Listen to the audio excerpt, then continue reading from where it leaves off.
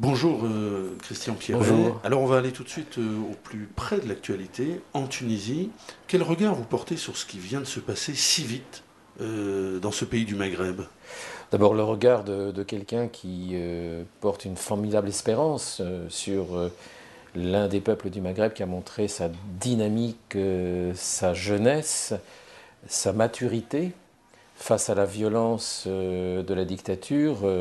La Tunisie, le peuple tunisien a montré une capacité d'avancer extraordinaire. Alors maintenant, les problèmes, le plus dur est devant nous, les problèmes sont devant nous. Il faut établir une démocratie, le gouvernement provisoire qui comprend beaucoup d'anciens membres et à des postes importants de la dictature devra naturellement gérer la transition. Le problème est la démocratie.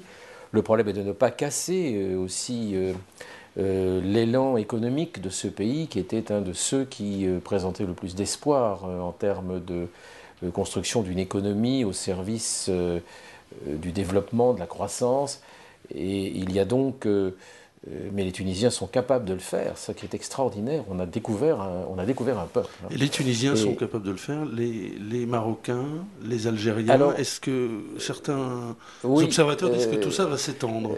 eh bien, on constate aujourd'hui qu'il y a des manifestations du parti d'opposition qui s'appelle le RCD, qui n'a rien à voir avec le parti tunisien, en Algérie, que ces manifestations sont interdites ou réprimées, qu'il y a un mouvement de fond dans la société algérienne dont la caractéristique principale est d'avoir plus de 50% de sa population, je crois, qui a moins de 25 ans. Et un immense chômage chez les jeunes, peu d'espoir, même quand on a fait des études, même quand on a une qualification. Et pour l'instant, ce pays tient grâce aux revenus du pétrole qui permet de panser les plaies, mais il faut voir plus loin et avoir une véritable vision du Maghreb. C'est d'ailleurs ce que je propose en politique internationale aux élections présidentielles.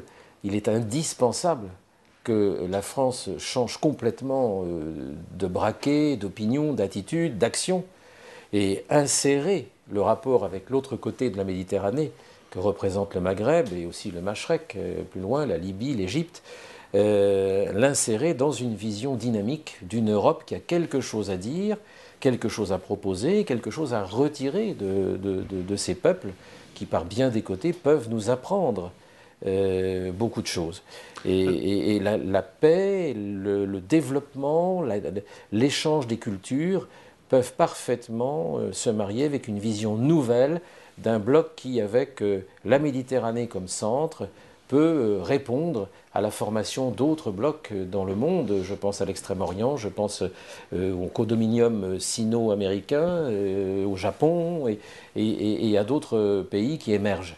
Aujourd'hui, l'actualité, c'est la constitution solide, d'abord au plan économique, d'une Euro-Méditerranée. Alors les relations franco-africaines, quand même, c'est quelque chose de tout à fait surprenant. Comment vous voyez leur évolution, et y compris au Parti socialiste, où on n'y comprend plus grand-chose? Je descends un peu plus au nord, en Côte d'Ivoire, où certains de vos amis du Parti socialiste soutiennent Laurent Gbagbo, d'autres lui demandent de partir. Quel est votre regard là aussi sur ce pays qui est prometteur aussi Les en termes choses de sont beaucoup développement? plus, les choses sont beaucoup plus compliquées qu'il n'y paraît. Tout le bien n'est pas chez Alassane Ouattara et tout le mal chez Laurent Gbagbo.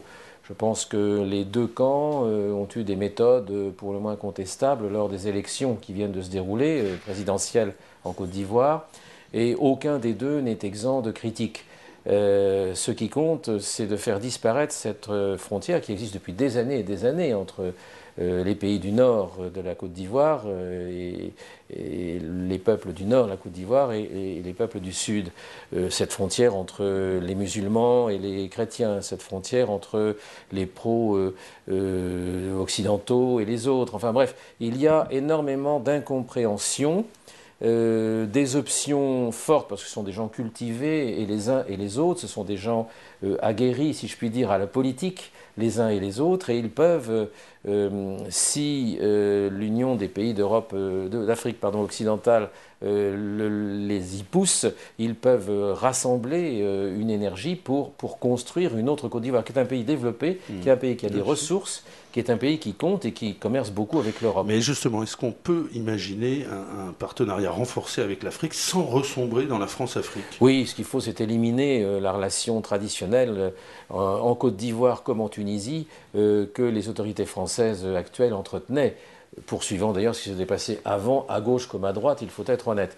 Et aujourd'hui, il faut sortir de ce concept, sans pour autant, attention à cela, laisser la place à ce qui se dessine, c'est-à-dire une prégnance très forte de la Chine dans ces pays. Qui est très présente, d'ailleurs. Qui est très présente en termes de construction, de bâtiments, d'infrastructures, d'envoi d'équipes chinoises qualifiées, d'ouvriers chinois qui, sur pièce et sur place, construisent, reconstruisent, construisent.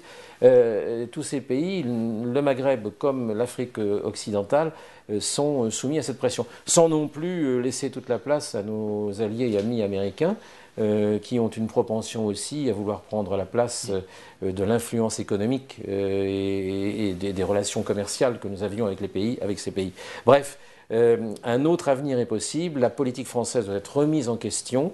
Elle doit être remise en question sur la base de la promotion de la démocratie dans ces pays, sur la base du respect de la volonté de ces peuples et surtout sur la base de l'auto-organisation, de l'autodétermination et décision des pays d'Afrique occidentale comme du Maghreb. Est-ce que je dis vrai si je dis que l'Europe a perdu la main dans le concert des commentaires et des interventions en Afrique sur les différents points chauds de l'Afrique? Est-ce qu'on peut dire que l'Europe perd la main aujourd'hui? Pas complètement, parce que beaucoup d'entreprises européennes sont encore extrêmement présentes, dynamiques et aident, en liaison avec les Africains naturellement, et souvent sous direction africaine, ces pays à se développer. Mais l'Europe n'est pas sortie d'une conception culturelle post-coloniale, c'est-à-dire qu'elle reste encore avec des schémas qui ne sont certes plus du tout le colonialisme d'autrefois, plus du tout l'Afrique à la Focard que l'on a connue sous le général de Gaulle, mais n'a pas fait sa mue complète. Elle reste empêtrée, un pied dans une vieille conception, un autre dans une conception moderne. Ce qu'il faut, c'est profiter, si je puis dire, et je mets des guillemets à cela naturellement, puisqu'il y a beaucoup de vie humaine en jeu, de ces crises pour changer complètement d'attitude et avoir une véritable attitude de partenaire entre Afrique occidentale, Afrique noire d'une part et Maghreb d'autre part.